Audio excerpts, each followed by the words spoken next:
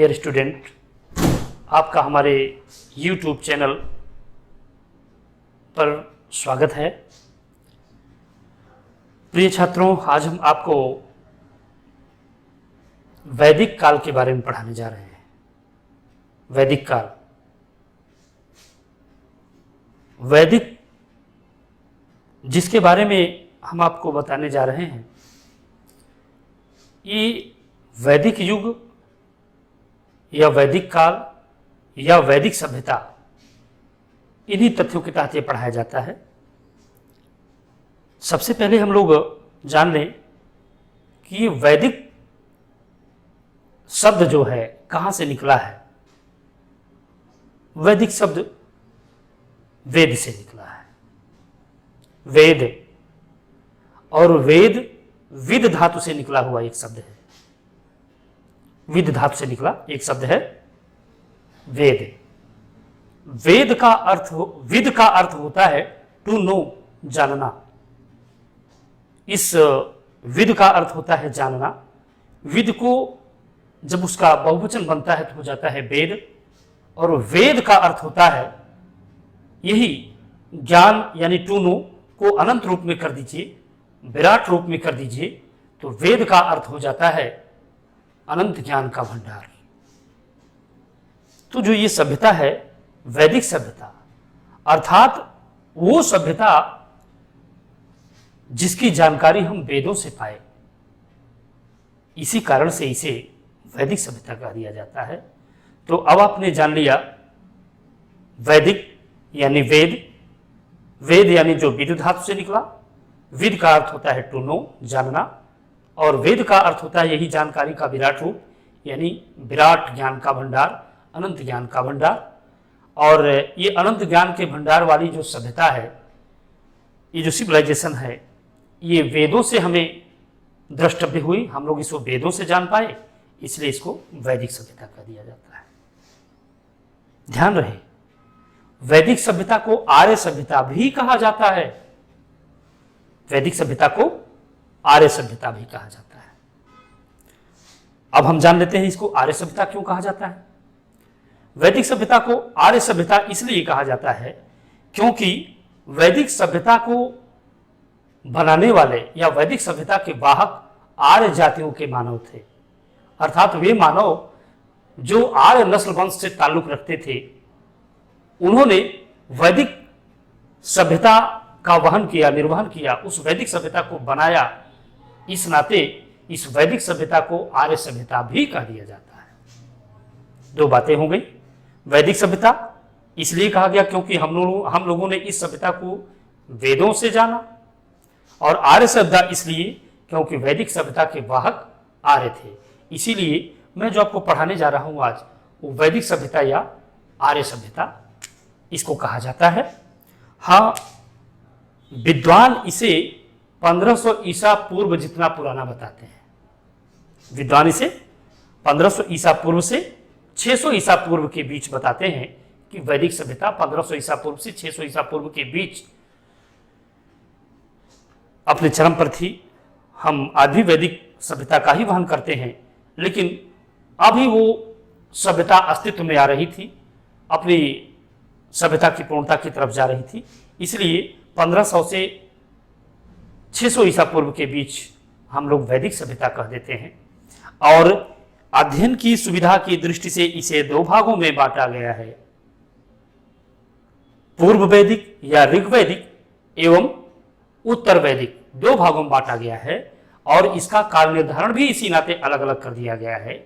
जो पूरा वैदिक काल 1500 ईसा पूर्व से 600 ईसा पूर्व के बीच जाता है, इसको भी तब दो भागों में बांट दिया जाता है। पूर्व वैदिक काल या ऋग्वैदिक काल को 1500 ईसा पूर्व से 1000 ईसा पूर्व के बीच बताया जाता है, और उत्तर वैदिक काल को 1000 ईसा पूर्व से 600 ईसा पूर्व के बीच बताया जाता है। दो भागों में इसे अध्ययन की सुविधा की दृष्टि से बांट भी दिया गया है। 600 ईसा पूर्व के बाद जो है बौद्ध युग आ जाता है। उसमें महात्मा बुद्ध, उनके धर्म का उदय, उन लोगों के धर्म ग्रंथ इत्यादि के प्रणयन हुए, इस नाते उसे बताया जाता है। तो हम लोग जो जिस सभ्यता के बारे में जानकारी प्राप्त करने जा रहे हैं वो है वैदिक सभ्यता। वैदिक सभ्यता या आर्य सभ्यता 1500 ईसा पूर्व से 600 ईसा पूर्व के बीच अपने अस्तित्व को पूर्णता की तरफ ले जा रही थी। ये रही। अभी अभी हमने आपको बताया वैदिक सभ्यता या आर्य सभ्यता, दोनों का अर्थ भी। वैदिक सभ्यता की जानकारी हमें कहां से मिली? वेदों से। आप लिख सकते हैं, इस सभ्यता की जानकारी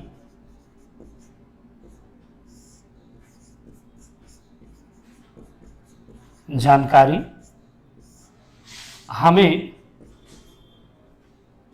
वेदों से प्राप्त हुई।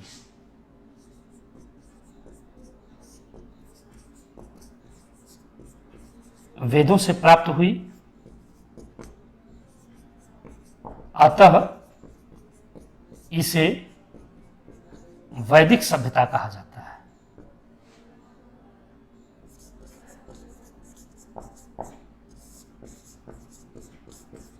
ये आपके सामने तथ्य है। इस सभ्यता की जानकारी हमें वेदों से प्राप्त हुई, अतः इसे वैदिक सभ्यता कहा जाता है। तो हम लोग थोड़ी देर पहले जानते थे, वेद विद धातु से निकला एक शब्द है।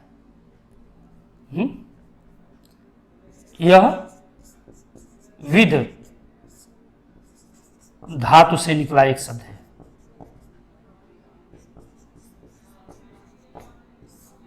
ये रहा, एक शब्द है विद का अर्थ है टू नो या जानना।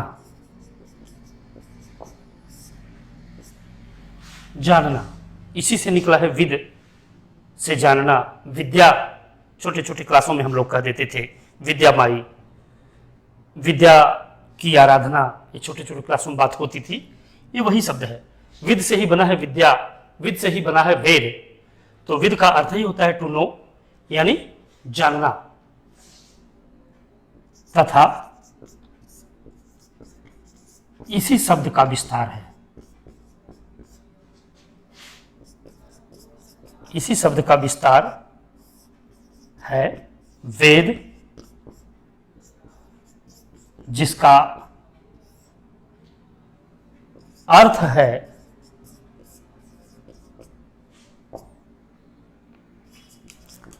अनंत ज्ञान का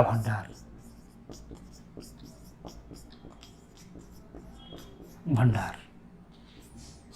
ये आपके सामने वेद, विद, वैदिक, सारी जानकारी।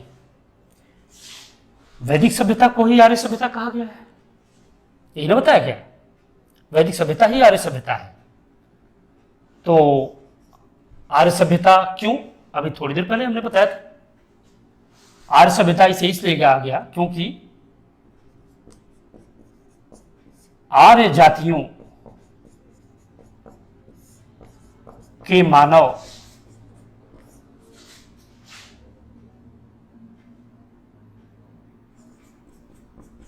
वैदिक सभ्यता के वाहक थे।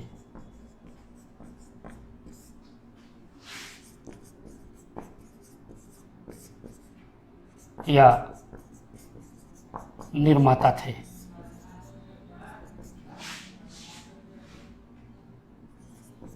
इसी कारण इसे आर्य सभ्यता कहा गया। ये रहा। आर्य का क्या अर्थ है? आर्य का अर्थ है श्रेष्ठ, संभ्रांत, एस्टीम पर्सन, ग्रेट पर्सन। श्रेष्ठ है यानी उच्च है, ग्रेट है, संभ्रांत है, वेरी वेरी एस्टीम पर्सन है, क्रीम पर्सन है, संभ्रांत, श्रेष्ठ, स्वतंत्र, श्रेष्ठ, संभ्रांत, स्वतंत्र, विद्वान यानी स्कॉलर, योद्धा आदि, ये आर्य शब्द का अर्थ है। आर्य का अर्थ ही था श्रेष्ठ, आर्य का अर्थ ही संभ्रांत, स्वतंत्र, विद्वान, योद्धा। प्राचीन काल में स्त्रियां अपने पतियों को कहती थी आर्य। प्राचीन काल की स्त्रियां अपने पतियों को आर्य कहती थी, वे श्रेष्ठ थे भी। समय तमाम बदला है, हाँ, अब उनके नाम से काम चलता है, उसमें वो इडियट ब्लडी नॉनसेंस भी हो जाते हैं। चलिए, ये श्रेष्ठ, संभ्रांत, स्वतंत्र, विद्वान, योद्धा इत्यादि आर्य शब्द का अर्थ है। और इसी आर्य जातियों के मानवों ने वैदिक सभ्यता को बनाया, वैदिक सभ्यता के ये वाहक थे, इसी नाते आर्य सभ्यता भी कह दिया जाता है वैदिक सभ्यता को। अब तो क्लियर, यहां तक ये आपके सामने तथ्य के रूप में है। हम मिटाकर अब देख लेते हैं कि इस आर्य सभ्यता या वैदिक सभ्यता को दो भागों में बांटा गया है। मिटा दें इसे।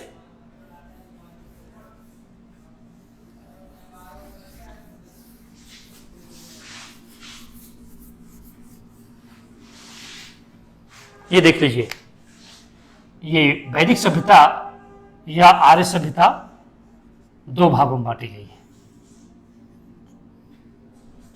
ठीक, पहला पूर्व वैदिक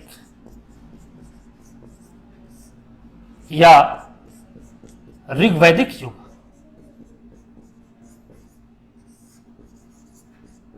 ये इसका समय काल है 1500 ईसा पूर्व से 1000 ईसा पूर्व के बीच, ये ऋग्वैदिक काल है। आगे देख लेते हैं उत्तर वैदिक काल।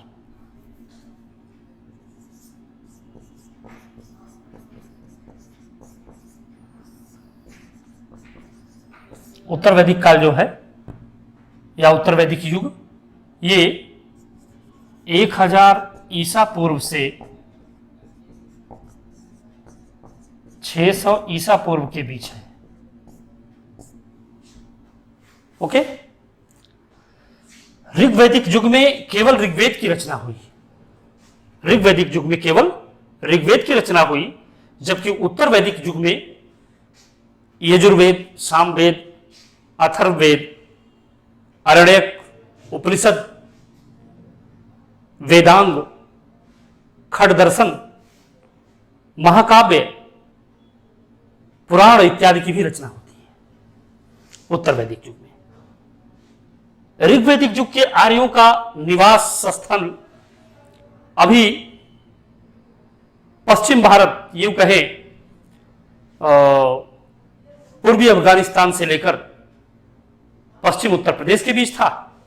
लेकिन उत्तर वैदिक आर्यों का निवास पूरे समस्त आर्यावर्त में हो गया। यूं कहें अब ये गंगा घाटी की तरफ बढ़े, पश्चिम उत्तर प्रदेश से आगे बढ़ते हुए ये सदा नीरा गंडकी के इर्द गिर्द और इधर कर्मनासा नदी के इर्द गिर्द तक पहुंच गए। हालांकि उसके बाद बड़े यज्ञ करके ये लोग मगध के क्षेत्रों में, बंग क्षेत्रों में, और इतना ही नहीं, विंध्याचल पर्वत पार करके दक्षिण भारत भी चले गए। महात्मा अगस्त्य के नेतृत्व में ये लोग दक्षिण भारत भी गए। वो इस तरह से उत्तर वैदिक युग में ये लगभग संपूर्ण भारत में फैल गए और संपूर्ण भारत का आर्यीकरण किया। यहां यही चीज आपके लिए इंपॉर्टेंट है। पूर्व वैदिक या ऋग्वैदिक युग में यहां लिख सकते हैं आप, इस युग में केवल ऋग्वेद का निर्माण हुआ।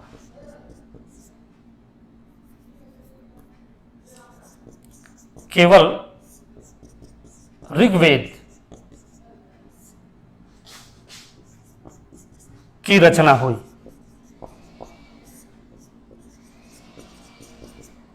इस युग में केवल ऋग्वेद की रचना हुई, जबकि इधर उत्तर वैदिक युग में, इस युग में यजुर्वेद, सामवेद,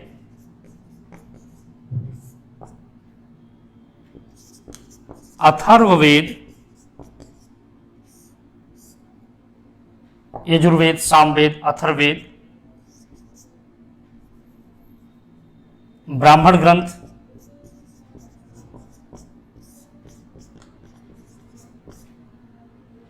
आरण्यक,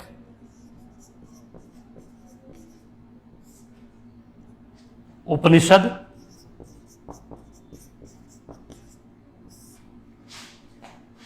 खट दर्शन, वेदांग, वेदांग और वेदांत दोनों दो चीजें, आरण्यक, उपनिषद, वेदांग तथा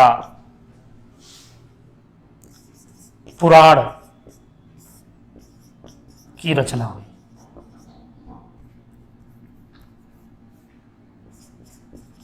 पुराण एवं महाकाव्य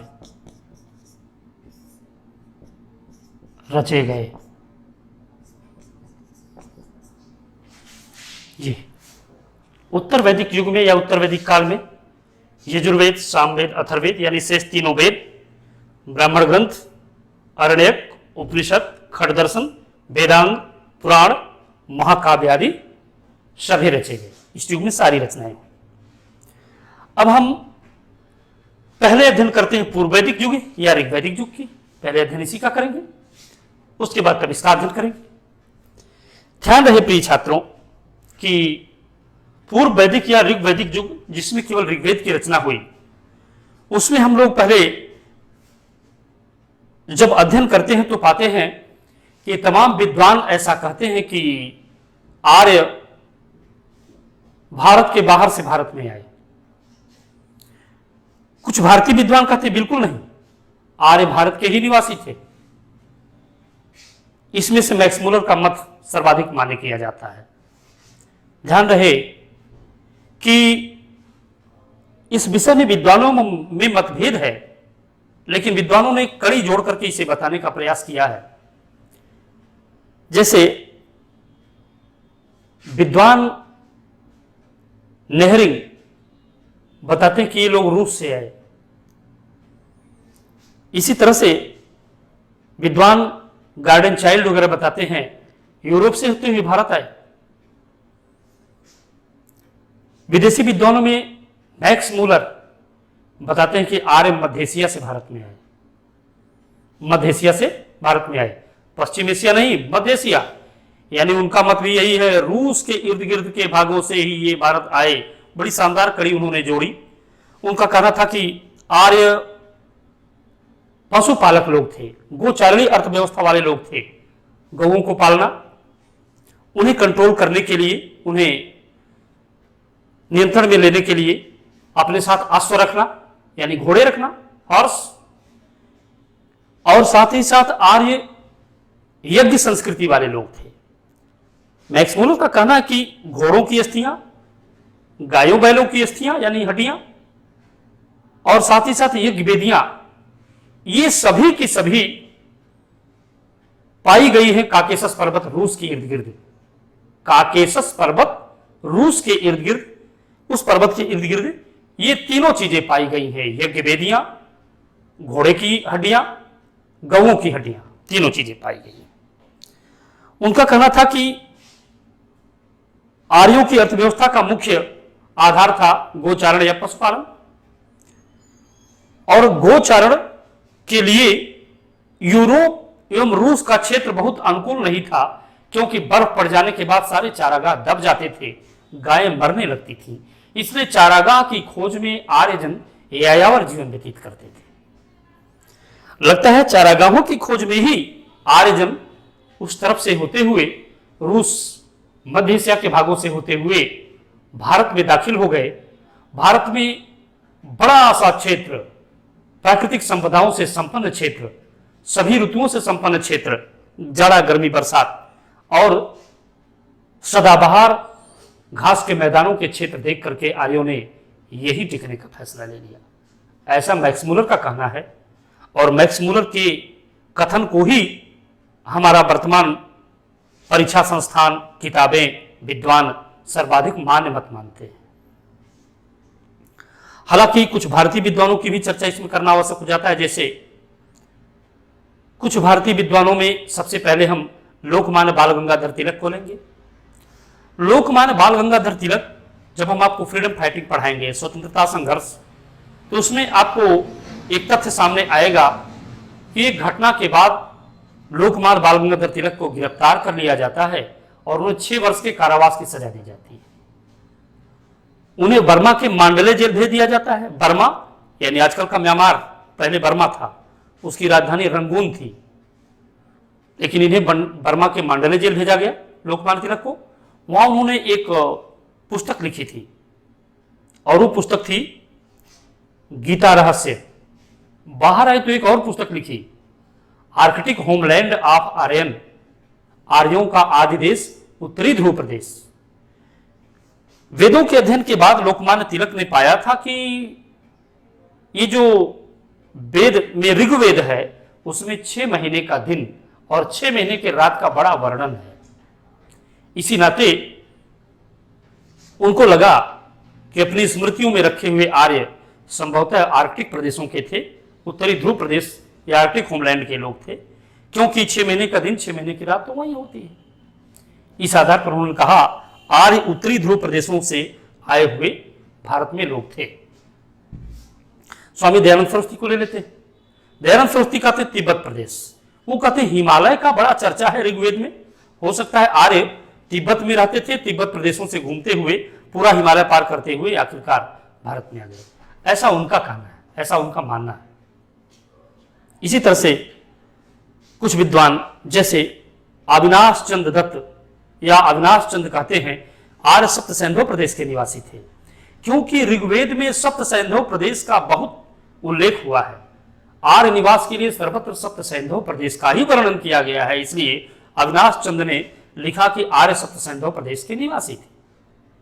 इलाहाबाद यूनिवर्सिटी के पूर्व चांसलर पंडित गंगानाथ झा ने लिखा है कि आर्य भारत मूल के लोग थे, वे ब्रह्मर्षि देश के लोग थे। ब्रह्मर्षि देश वो सरस्वती और द्वसदती नदियों, द्वसदती सरस्वती ये राजस्थान से बहती हुई नदियां हैं, उन्हीं नदियों के बीच के क्षेत्र को वे ब्रह्मर्षि देश कहते हैं। और गंगानाथ झा का कहना है कि आर्य ब्रह्मर्षि देश के निवासी थे। ये विद्वानों का विचार है, यद्यपि इसमें मैक्समुलर का विचार सर्वाधिक मान्य मत माना जाता है। और मैक्समुलर ने यह भी कहा कि इस प्रकार से आप देख सकते हैं कि यही कारण है कि अगर ये पूर्वी मध्य एशिया से आए तो आते आते सबसे पहले देखिए अफगानिस्तान में ठहरते हैं, अफगानिस्तान से फैलते फैलते पश्चिम उत्तर प्रदेश तक आते हैं।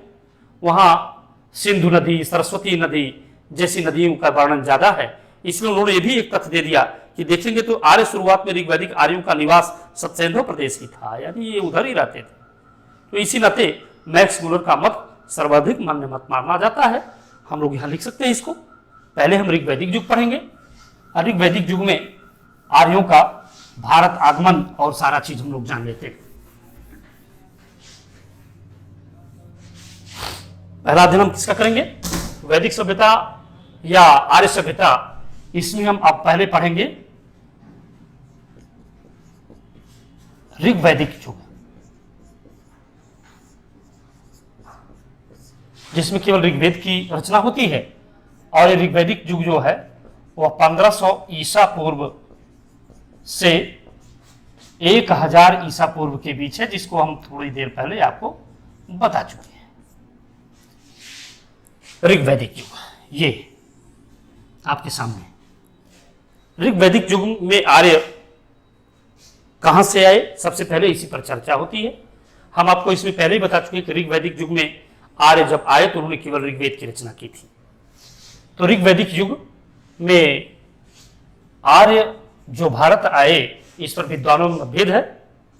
तो ऋग्वैदिक युग, इसमें हम लिख सकते हैं कि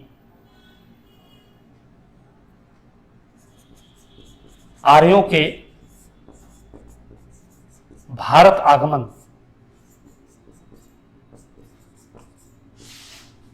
पर विद्वानों के विचार।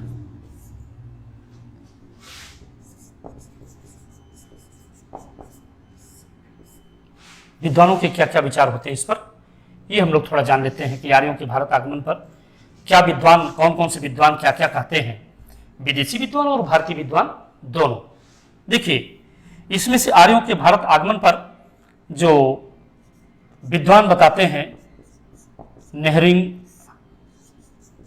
और चाइल्ड, इसे दक्षिण रूस के प्रदेश बताते हैं। ठीक, हम लोग मैक्स मूलर के बारे में जान लेते हैं। मैक्स मूलर जो कि इतिहास के बड़े विद्वान हैं, जर्मनी के रहने वाले थे। इन्होंने मध्य एशिया बताया है, आर्य मध्य एशिया से भारत आए, ऐसा। हम आगे देख लेते हैं। लोकमान्य बाल गंगाधर तिलक, ये बताते हैं अपनी पुस्तक आर्कटिक होमलैंड ऑफ आर्यन में, उत्तरी ध्रुव प्रदेश।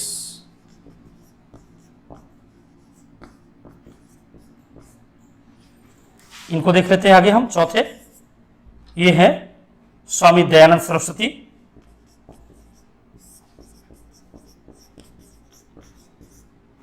स्वामी दयानंद सरस्वती का कहना है कि आर्य तिब्बत प्रदेश से भारत आए।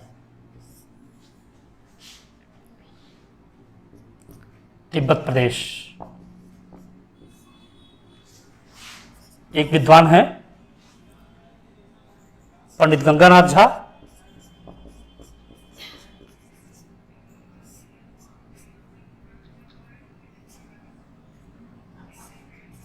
ये झा जी इलाहाबाद यूनिवर्सिटी के पूर्व चांसलर थे, महान विद्वान थे इतिहास के। और इन्होंने कहा ब्रह्मर्षि देश,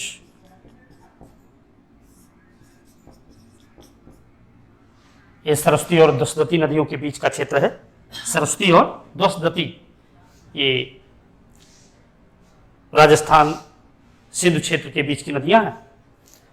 इसमें एक और भी लिख दिया जाए, अविनाश चंद्र ये कहते हैं सप्त सैंधव प्रदेश। ये रहे आपके सामने विद्वानों के विचार। इसमें से अभी हमने बताया मध्य एशिया, जो मैक्स मूलर ने बताया था, यही सर्वाधिक मान्य मत है।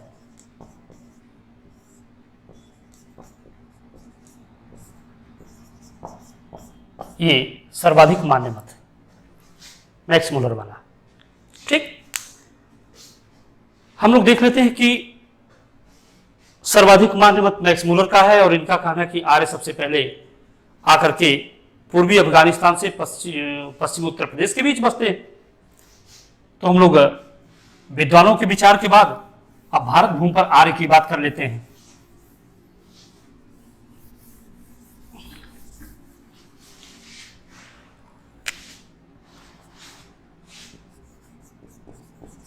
भारत भूमि पर आर्य,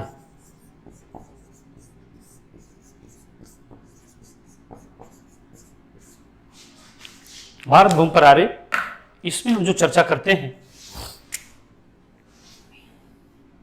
भारत भूमि पर आर्य, इसमें क्या करेंगे, हम लिखेंगे सर्वप्रथम आर्य पूर्वी अफगानिस्तान,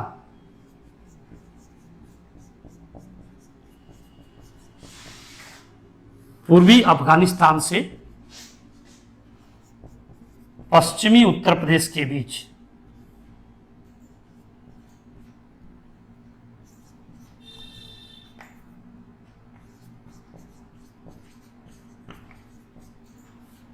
पश्चिम उत्तर प्रदेश के बीच बसे।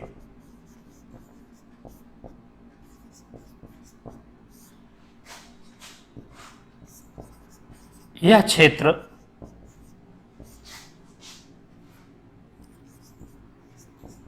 सप्त सैंधव प्रदेश था।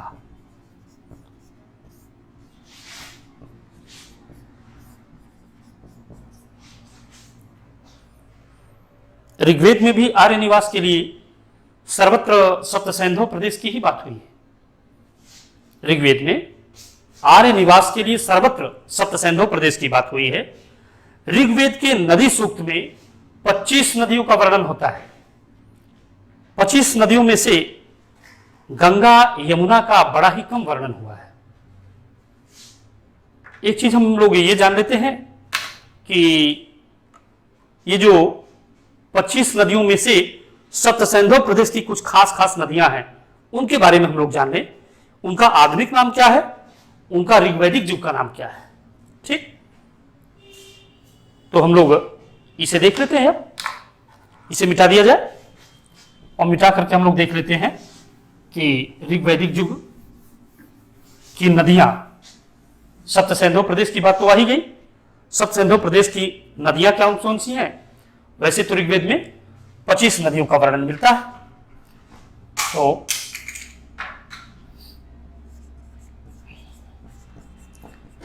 सप्तसैंधव प्रदेश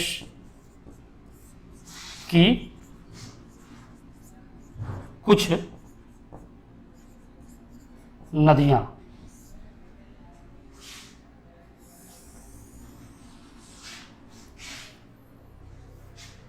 ठीक, इनके आधुनिक नाम, इनके ऋग्वैदिक नाम।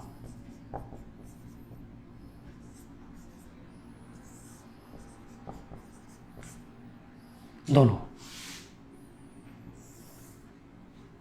ठीक, ये देखिए,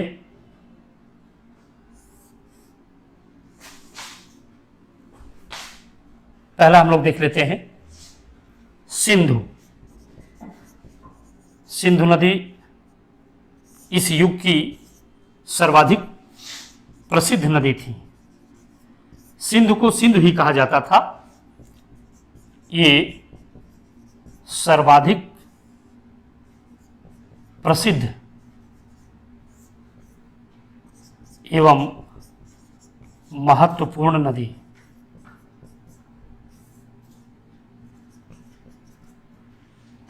सिंधु। इसके बाद हम लोग और नदियों के बारे में चर्चा कर लेते हैं। इसके बाद रावी नदी है। रावी को परुष्णी नदी कहा गया है। रावी, परुष्णी।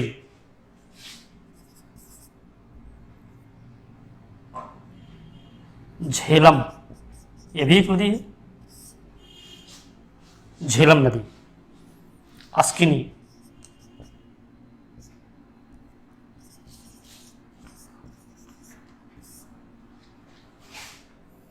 सॉरी, झेलम को बितस्ता कहा गया है। बितस्ता, ये नदी। चौथा चेनाब, यह भी एक नदी, वर्तमान में चेनाब इसका नाम है। इनको अस्किनी कहा गया है। अस्किनी। सतलज एक नदी है। सतलज, इनको कहा गया है सतुद्री। सतलज।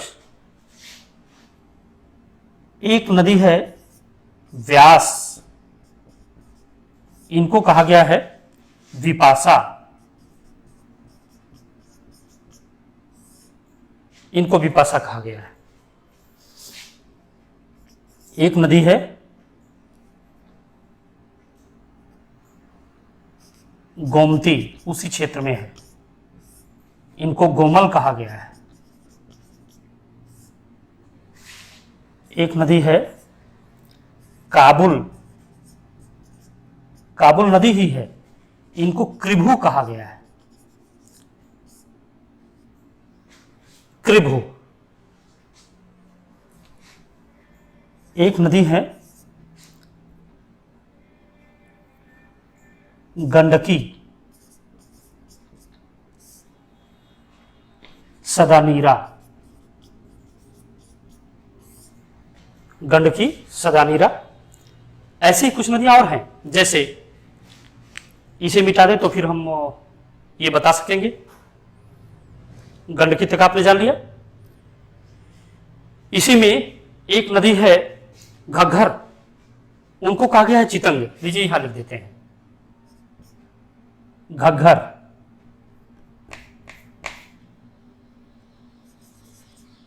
नहीं, हम मिटा के ही लिखना उचित समझेंगे।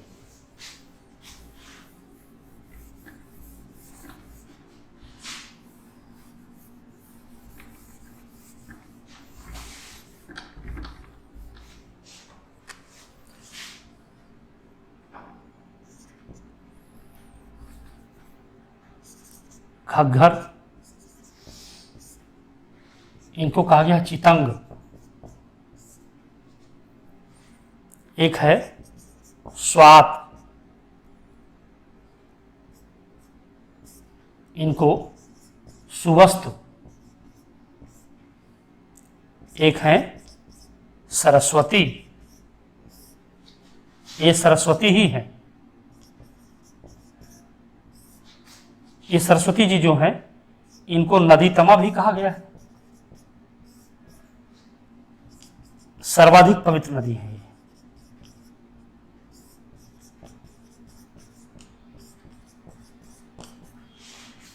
सरस्वती नदी तमा कहा गया है, ये सर्वाधिक पवित्र नदी है। जबकि सिंधु सबसे महत्वपूर्ण, सबसे प्रसिद्ध नदी है। विपाशा हमने भी बताया, उसमें व्यास नदी को विपाशा, उनकी जगह पर आया है मरुदवृद्धा। मरुदवृद्धा नदी उनको कहा गया है, वे एक परिगणित नदी मानी गई है। उनकी जगह पर व्यास यानी विपाशा जो है उनको परिगणित नदी मानते हुए उनकी जगह पर मरुदवृद्धा नाम का शब्द आया है। मरुदवृद्धा। तो ये ऋग्वैदिक युग, सप्तसैंधव प्रदेश की नदियां। यहां तक तो आपको बताया गया। हम अब आगे देख लेते हैं कि आखिरकार ये जो ऋग्वैदिक युग है इसमें आर्य आकर के बस भी गए। बस लेने के बाद फिर आर्य लोगों की गतिविधियां आखिर क्या होती हैं आगे। आर्य तय हुआ कि भारत से बाहर से आकर लोग बसे इस देश में, इन प्रदेशों में बसे। इन प्रदेशों में बस लेने के बाद फिर आर्य भारत में किस तरह से उनकी अलग आगे गतिविधियां जो होती हैं उनकी, वो आगे क्या होती हैं। शुरुआती वो लोग वहीं तक थे, भारत में आकर के बसे और ऋग्वेद की रचना की। हम जब ऋग्वेदिक साहित्य पढ़ाएंगे तो उत्तर वैदिक और ऋग्वैदिक दोनों साहित्य एक ही बार में बता देंगे। लेकिन ऋग्वैदिक युग में अब इसके बाद आता है कि भारतीय भूमि पर आने के बाद आर्यों की सामाजिक, राजनैतिक, धार्मिक, आर्थिक स्थितियां क्या थी, किस किस तरह से वो लोग भारत में निवास करते थे, तो उनकी सामाजिक, धार्मिक, आर्थिक नीतियां, ये बताना बड़ा जरूरी हो जाएगा। और उसके बाद तब आएगा कि ऋग्वैदिक और उत्तर वैदिक साहित्य, ये दोनों चीजें। तो प्रिय छात्रों, हम समझते हैं कि आज आपकी जानकारी के लिए जो वैदिक साहित्य, वैदिक भारत और उसमें से ऋग्वैदिक भारत, और ऋग्वैदिक भारत में भारत भूमि पर भारत का आर्यों का आगमन, और आर्यों के भारत भूमि पर आगमन के कारण, और कारण के बाद फिर अगला हमने बताया सप्तसैंधव प्रदेश, और सप्तसैंधव प्रदेश में जो उस युग की नदियां थी। इसके बाद फिर हम आगे आपको बताएंगे कि यहां आने के बाद उनकी राजनीतिक, सामाजिक, धार्मिक और आर्थिक स्थिति क्या थी। इसलिए आज बस इतना ही, हम नेक्स्ट इसको आगे बताएंगे आपको। Thank you class.